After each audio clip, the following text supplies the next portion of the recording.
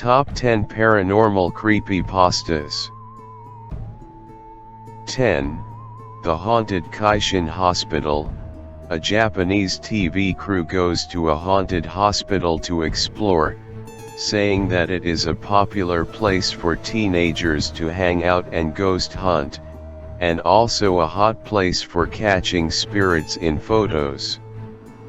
The reporter interviews a man who claims that he and some friends went into the hospital to test their courage and take photos, but they soon encountered bizarre circumstances and one of them was injured. The noticeably scared reporter agrees to explore and begins poking around the hospital. She begins taking photos as she wanders the dark halls. She soon, however, finds the camera that the kids dropped during their own visit. As she looks through the images, she begins to see strange things appear in the frame. Suddenly, she lets out a blood-curdling scream. The video then explains that they were able to later slow down the footage, and spotted a figure standing in a doorway, reflected in a mirror. After the reporter's screams, the cameraman goes off on his own, only to encounter a ghostly surgeon holding what appears to look like a baby covered in blood and screams. The footage repeats but slowed down.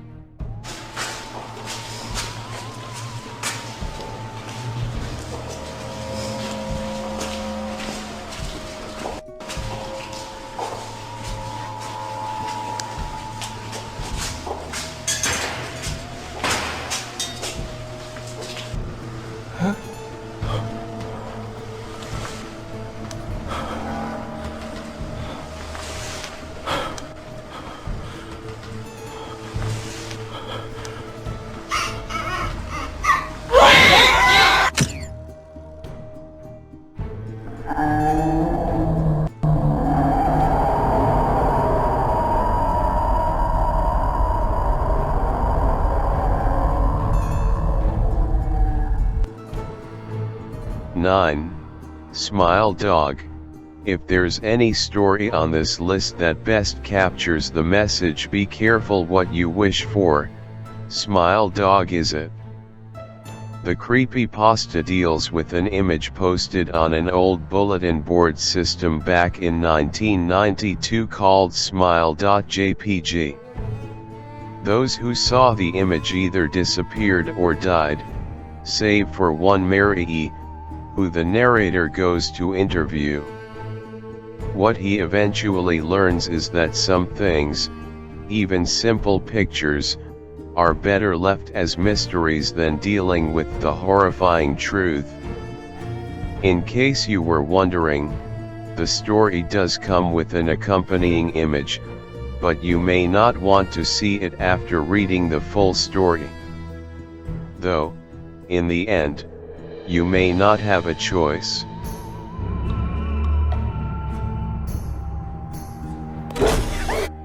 (8) Slenderman.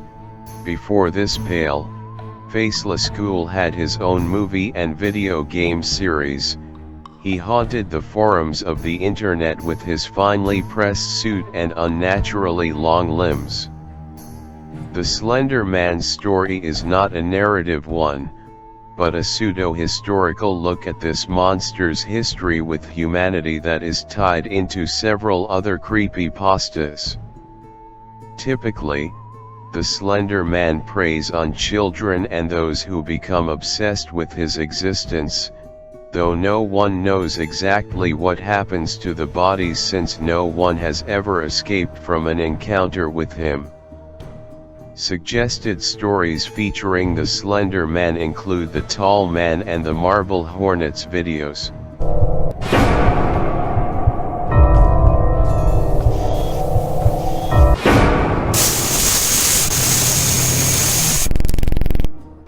(7) Ghost Ambulance of Monterrey, Mexico. This next creepypasta is a series of videos that come from Monterrey, Mexico. According to the story, a man was murdered on the street of Ave del Paraiso, San Nicolas de los Garza, Nuevo Leon. He was taken to the scene aboard a car, and his perpetrators shot him at point-blank range. He passed away just as the ambulance arrived to pick him up. The roadside cross now marks the site of the tragic event. But here's where things get strange. Drivers began to realize that every time they drive by this roadside cross while listening to radio station 690 AM, their car stereo reception was interrupted by the unexplainable sound of an ambulance siren. Bueno, aquí estamos, buenas noches. Ya es mi última noche en Monterrey, ya mañana, buenos días, perdón. Son casi las 3 de la mañana. Se dice que cuando llegas para allá, donde está la cruz, más o menos por donde va la camioneta aquella, se distorsiona este pedo y empieza a sonar una ambulancia. No se sabe si es verdad, pero bueno, se dice. Vamos a pasar por ahí, pues, a ver qué pedo. Deja que pase ese señor. Ahora sí, dale. La estación.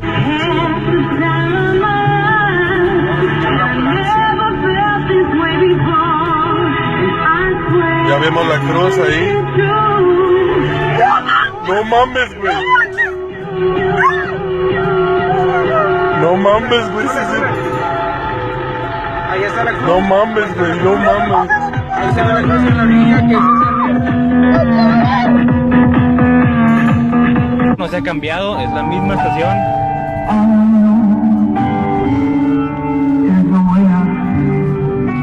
Ahí vamos. Por allá está la cruz. Dale lento, más lento. ¡A la madre! ¿Dónde está la cruz? Dale. Ya está.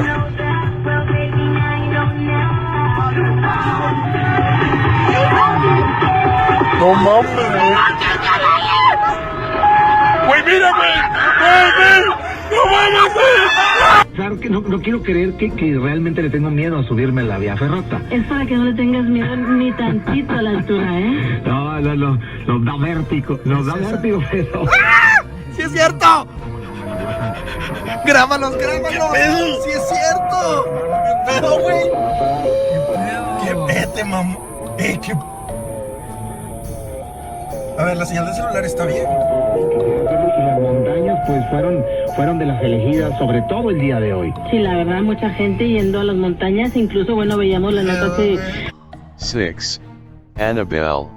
Annabelle is an allegedly haunted Raggedy Ann doll that is housed in the Occult Museum of the Paranormal Investigators Ed and Lorraine Warren. Annabelle was moved there after supposed hauntings in 1970. A character based on the doll is one of the antagonists that appears in the Conjuring universe. According to the Warrens, a student nurse was given the doll in 1970. They said that the doll behaved strangely, and that a psychic medium told the student that the doll was inhabited by the spirit of a deceased girl named Annabelle. The student and her roommate tried to accept and nurture the spirit-possessed doll, but the doll reportedly exhibited malicious and frightening behavior. It was at this point that the Warrens say they were first contacted, moving the doll to their museum after pronouncing it demonically possessed. The doll remained in a glass box at the Warrens Occult Museum in Monroe, Connecticut until the museum's closing. Texas State University Assistant Professor of Religious Studies Joseph Laycock says most skeptics have dismissed the Warrens Museum as full of off-the-shelf Halloween junk, dolls, and toys, books you could buy at any bookstore. Laycock calls the Annabelle legend an interesting case study in the relationship between pop culture and paranormal folklore, and speculates that the demonic doll trope popularized by films such as Child's Play, Dolly Dearest, and The Conjuring likely emerged from early legends surrounding Robert the Doll, as well as from a Twilight Zone episode released 5 years prior to the Warrens' story, entitled Living Doll, in which the character of the mother is named Annabelle. Laycock suggests that the idea of demonically possessed dolls allows modern demonologists to find supernatural evil in the most banal and domestic of places. Commenting on publicity for the Warrens' Occult Museum coinciding with the film release of The Conjuring, science writer Sharon A. Hill said that many of the myths and legends surrounding the Warrens have seemingly been of their own doing, and that many people may have difficulty separating the Warrens from their Hollywood portrayal. Hill criticized sensational press coverage of the Warrens' Occult Museum and its Annabelle doll. She said, "Like real-life Ed Warren, real-life Annabelle is actually far less impressive." Of the supernatural claims made about Annabelle by Ed Warren, Hill said, "We have nothing but Ed's word for this, and also for the history and origins of the objects in the museum." The doll was also described in Gerald Brittle's 1980 biography of the Warrens, The Demonologist. 5. Tails doll. When you play the video game, Sonic R, but not just any Sonic R, but this particular game of Sonic R is cursed. By unlocking a certain chain of events in the video game and with the song, "Can You Feel the Sunshine?" playing in the background, you have just summoned the Tails doll, which is a stuffed doll version of Tails. When summoned, Tails doll will come out of the TV to collect your soul, which he hungers for. 4. The Midnight Game. The Midnight Game is an old pagan ritual, used mainly as punishment for those who have broken the laws of the pagan religion in question. While it was mainly used as a scare tactic to not disobey the gods, there is still a very existent chance of death to those who play the Midnight Game. There is an even higher chance of permanent mental scarring. It is highly recommended that you do not play the Midnight Game. However, for those few thrill seekers searching for a rush, or for those delving into obscure occult rituals, these are simple instructions on how to play. Do so at your own risk. It must be exactly 12 a.m. when you begin performing the ritual. Otherwise, it will not work. You will need a candle, a piece of paper, a writing implement, matches or a lighter, salt, a wooden door, and at least 1 drop of your own blood. If you are playing with multiple people, they will need their own of the aforementioned materials, and they will have to perform the steps below accordingly. Step 1. Write your full name, first, middle, and last, on the piece of paper. Put at least 1 drop of blood on the paper. Allow it to soak into the paper. Step 2. Turn off all of the lights in the place you are doing this. Go to your wooden door, and place the paper with your name on it in front of the door. Now, take out the candle and light it. Place it on top of the paper. Step 3. Knock on the door 22 times. The hour must be 12 a.m. upon the final knock. Then, open the door, blow out the candle, and close the door. You have just allowed the midnight man to enter your house. Step 4. Immediately relight your candle. This is where the game begins. You must now lurk around your now completely dark house, with the lit candle in your hand. Your goal is to avoid the midnight man at all costs, until 3:33 a.m. Should your candle ever go out, that means the midnight man is near you. You must relight your candle in the next 10 seconds. If you are not successful in doing this, you must then immediately surround yourself with a circle of salt. If you are unsuccessful in both of your actions, the midnight man will create a hallucination of your greatest fear, and rip out your organs one by one. You will feel it, but you will be unable to react. If you are successful in creating the circle of salt, you must remain in there until 3:33 a.m. 3. Abandoned by Disney. Abandoned by Disney is a creepypasta about a man exploring an abandoned Disney resort, named Mowgli's Palace.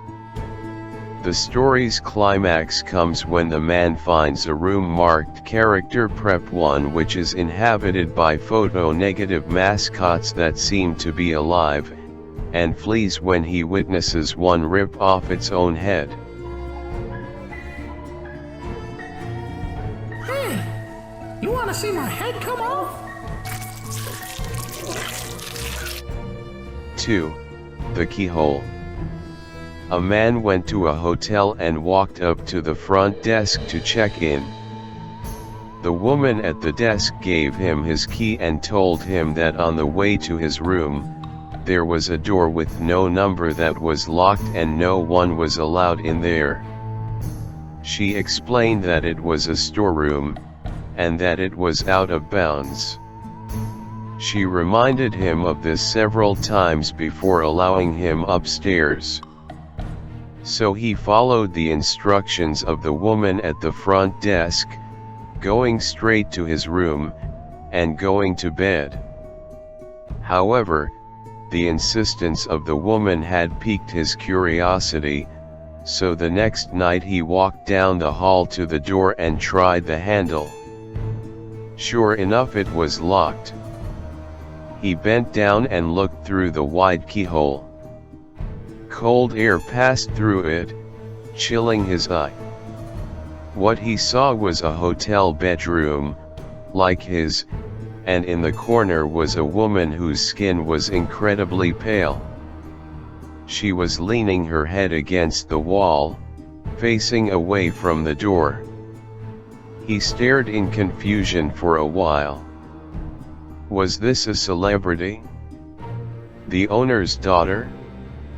He almost knocked on the door, out of curiosity, but decided not to. As he was still looking, the woman turned sharply and he jumped back from the door, hoping she would not suspect he had been spying on her. He crept away from the door and walked back to his room. The next day, he returned to the door and looked through the wide keyhole. This time, all he saw was redness. He couldn't make anything out besides a distinct red color, unmoving. Perhaps the inhabitants of the room knew he was spying the night before, and had blocked the keyhole with something red. He felt embarrassed that he had made the woman so uncomfortable, and hoped she had not made a complaint with the woman on the front desk. At this point he decided to consult her for more information. She sighed and said, "Did you look through the keyhole?" The man told her that he had, and she said, "Well, I might as well tell you the story of what happened in that room. A long time ago, a man murdered his wife in there, and we find that even now, whoever stays there gets very uncomfortable. But these people were not ordinary. They were white all over, except for their eyes, which were red. 1. Robert the Doll. Not for the faint of heart, Robert the Doll really exists. The myths surrounding him vary, especially since he became so popular on the internet. The doll was given to artist Robert Eugene Otto in the late 1800s or early 1900s by his grandfather while he was on a trip to Germany. The doll, which he named after himself, then took on a life of its own and began to scare the family. Otto is said to have kept his doll into adulthood, and it subsequently led his late wife to insanity. The doll is currently residing in the Fort East Martello Museum in Key West, Florida. Visitors must ask Robert politely if they want to take his photo. If they mock him or take his photo without permission, Robert is said to lay a curse on them.